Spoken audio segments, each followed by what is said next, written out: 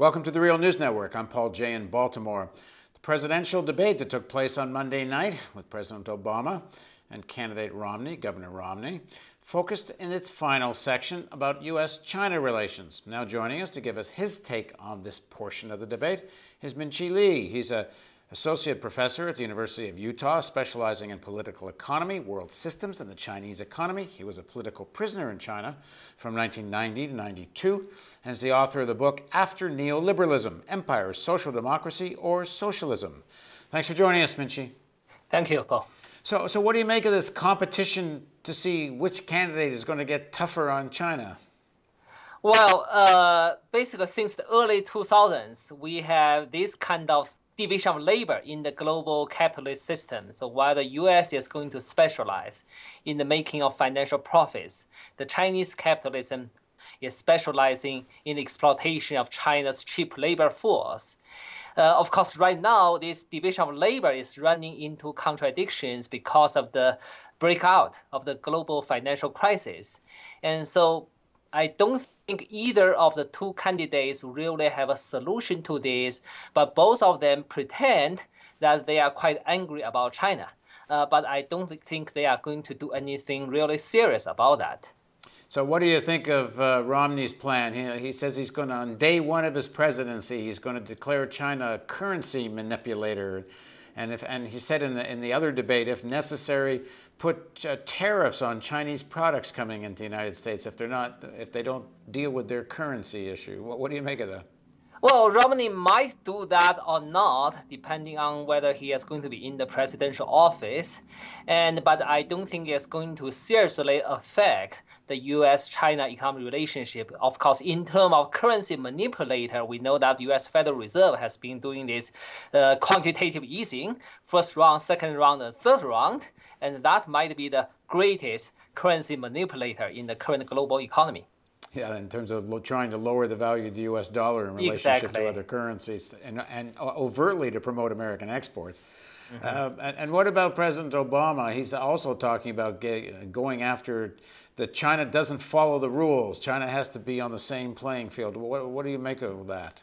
Well, the question is, why the U.S. is in a position to decide what should be the global rules.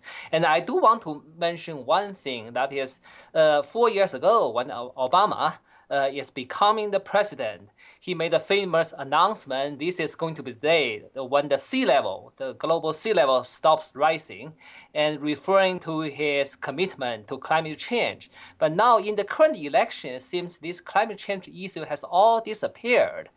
And in fact, Obama tries to claim credit for the U.S. shale oil and shale gas boom, which of course in the long run would make the global climate situation even more dangerous. Yeah, there used to be critique of China that wasn't paying attention or interested in the climate change issue. And I think, in fact, now in terms of alternative energy, China's probably ahead of the United States in terms of what it's doing on this whole front. Right. But underlying all of this is there's this fundamental problem, I guess, is that they see China as a geopolitical strategic rival.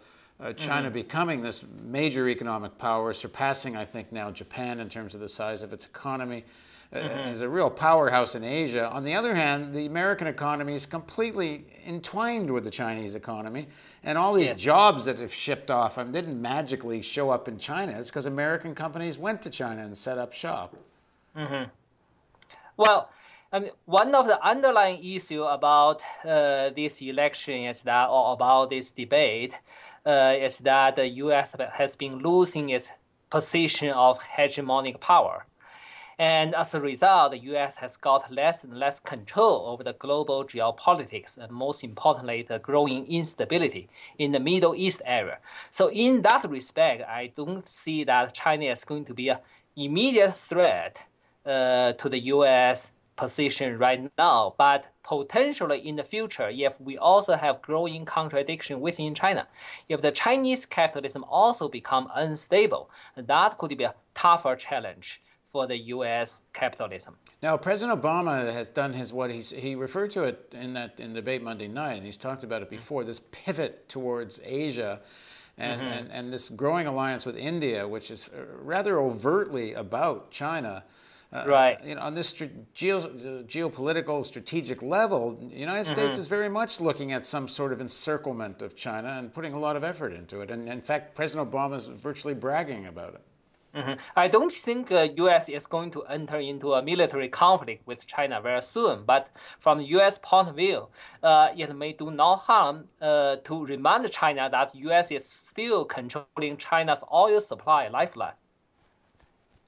And also what do you make of the growing alliance and beefing up of India's armed forces? They recently bought a nuclear submarine, and this all seems to be, as President Obama said a few months, about a year ago, I guess, when he went to Australia, that and he said again in the debate Monday night, China had better not forget we're a Pacific power. Well, again, that's part of the U.S. strategy to remind the Chinese capitalist class that the U.S. has still got the strategic upper hand. But I don't think the U.S. and China is going to enter into a conflict very soon. But I do think that in the future, if the Chinese capitalism become unstable, that could be a bigger threat to the U.S. capitalism. Right. And in terms of these charges against China, in terms of violating what they call the fair rules and such, is there anything to these charges? Well, I think in this case, probably both Obama and Romney, to some extent, try to pretend to be the defender of the interests of U.S. working class as well as small businesses. And Obama actually had his chance after the 2009, during the 2009 crisis. He could have, for example, nationalized much of the banking sector and re-regulate the U.S. capitalism. But instead, he used the U.S. government money to bail out the corporate business, and so that might be the indication of to what extent they really care about the interests of U.S. working class. So you think this anti-China stuff is mostly it's easier to have some rhetoric about China than to, for example, nationalize some banks? I do think so. Right. Well, thanks very much for joining us, Minchi. Thank you very much. And thank you for joining us on the Real News Network. So that.